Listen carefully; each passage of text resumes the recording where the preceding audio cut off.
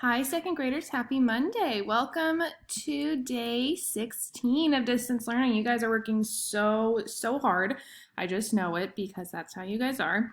I wanted to get on here and show you what you will be doing today. So you do have an activity for reading, 2 activities for writing, 2 activities for math, and just a few things for social studies today.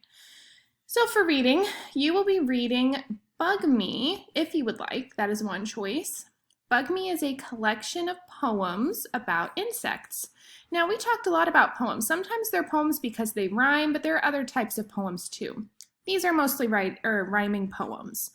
So it's kind of fun to read through if you would like to do that, or you can read one of your favorite poetry books. If you have maybe a Shel Silverstein poetry book or a different one at home, you can read that as well. Or you can get on ABC Mouse. Again, have your parents help you because it's kind of hard to get onto at first. Or get on Raz Kids. Again, I love getting to see you guys on Raz Kids because I get to see how you're doing on your quizzes. I can tell some of you might need to slow down just a little bit. But definitely be getting on here every once in a while just so I can see how you're doing. Or you can read a book of your choice. And after you have heard this reading part from me, if you want to pause this video, you can do that. Do your reading activity for 20 minutes, and then you can come back on here, press play, and be ready for writing. I don't want you to watch all of this video and then go back to reading. Okay, so go ahead and hit pause, and I will see you back here for writing. All right, second graders, welcome back to writing today. Today we'll be writing poetry. You will write a poem about an insect or animal. If you read Bug Me, that can kind of be your inspiration. And then draw a picture to go along with your poem. If you would like to, also look here. I have this. I'm going to try to take a kind of a screenshot, and put this in your presentation underneath. So hopefully it'll be right about here for your, just a reminder for you on strategies that poets use. You might remember this from our classroom.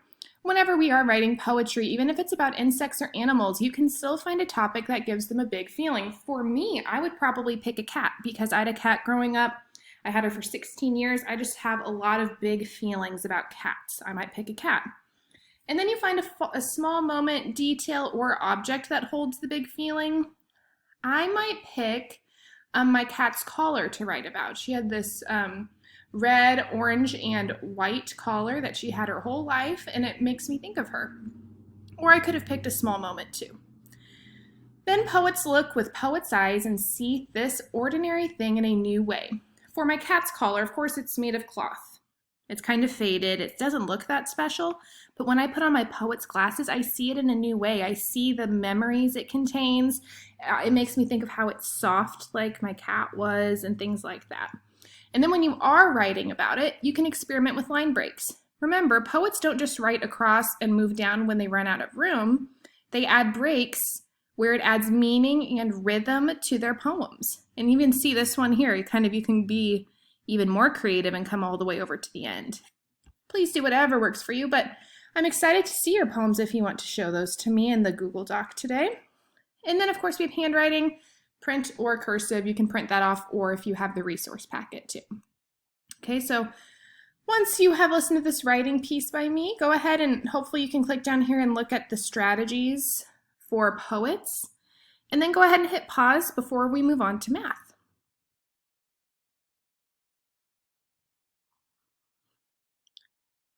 All right, and moving on for math today, we are comparing lengths. We worked a lot with measuring lengths, and now we're comparing, which means that we are looking at 2 different units of measurement and seeing how they're different.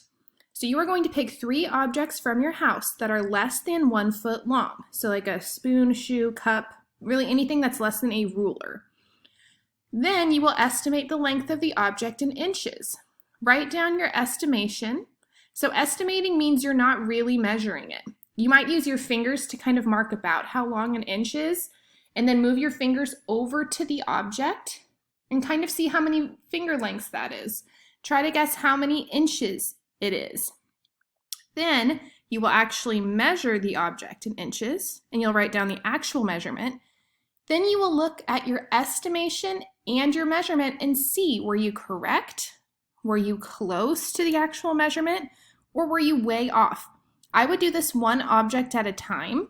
That way, if you're really off, you can try to get more accurate on your second and your third object. Or if your parents have these pages for you that they'd like you to do. This is the other assignment for today. This is, notice, in centimeters. So with your ruler, make sure you're using the centimeter side. Okay, the other one is inches, the activity, and this one is centimeters, so just be aware. Okay, after you do that, I'm going to have you go ahead and you can hit pause now. And you can do one of these activities, and then you can come back and I'll explain the fluency practice. So go ahead and hit pause on your video, and I will be back.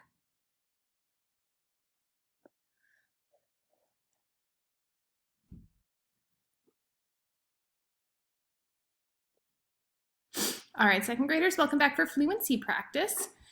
We have here two choices. You can either play Addition Clash, which you guys did in the first few weeks. And you need a deck of cards, numbers 0 through 10. I know decks of cards don't have a 0. You could pick a king for 0, or you can make your own cards too, with numbers 0 through 10 on them. You can just rip up paper so you have 11, because you'll need 1 through 10 and then 0. Whatever works for you. You can play that with a sibling if you want, or mom and dad. If they are not available, you could also get on Fact Monster here and practice your flashcards. For your flashcards, you will want to start with level 1 for addition and then move your way up. I know level 1, you're going to probably open it and you're going to think, oh, this is so easy. But you might just benefit from a little extra practice, get even stronger in those basic facts. So you can see 2 plus 1, you're probably thinking, oh, I can, that's easy peasy. But do as many as you can. See if you can do more each time. Then, go ahead and pause your video once you've decided which you are going to do. Go ahead and pause that video before we move on to social studies.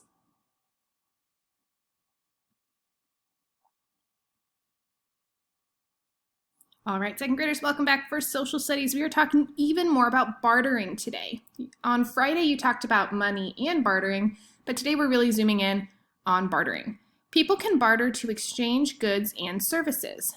You can go to epic.com. We've done this in school, but just a reminder, you are not going to click for parents. You're not going to hit for teachers. You're actually going to go to sign up, I think. Yep. Oh, never mind. My account. And now mine already logged me in. And when you go back to Epic here, let me go back. So sorry. Oh, I can't go back. Let's go back to here. Okay, when you go to getepic.com, this says login. You can do that. Oh, there we go. Perfect. This is what you will probably see. You'll hit login. You'll click students and educators because you are a student. Enter your class code, which is CUK 3038. Then you can hit go. Find your name. And then for the books, you can search for that book. So let's do guest. The book you are reading today on Epic is No Money, No Problem. So when I come here, I'll search for No Money, No Problem. It should pop right up. And you'll read this book. Okay. And you will have to read it, I believe. It does not read it to you that I see, but if it does, great. And so if that is a little tricky, you could ask mom or dad or sibling to help you. You will think about and answer the following questions after you have read it. You will draw and illustrate your barter and trade experience on plain paper. Have you ever traded or bartered with someone? And I know what you're probably thinking, like, I've never bartered, but maybe you have. Traded is another word. So think about it. If you had a Pokemon card and you wanted a different one and your friend wanted the one that you had, that's bartering. Or any other way of trading. It could be you traded, hey, I'll clean your room if you give me that video game or something like that. Think of a time you traded or bartered with someone.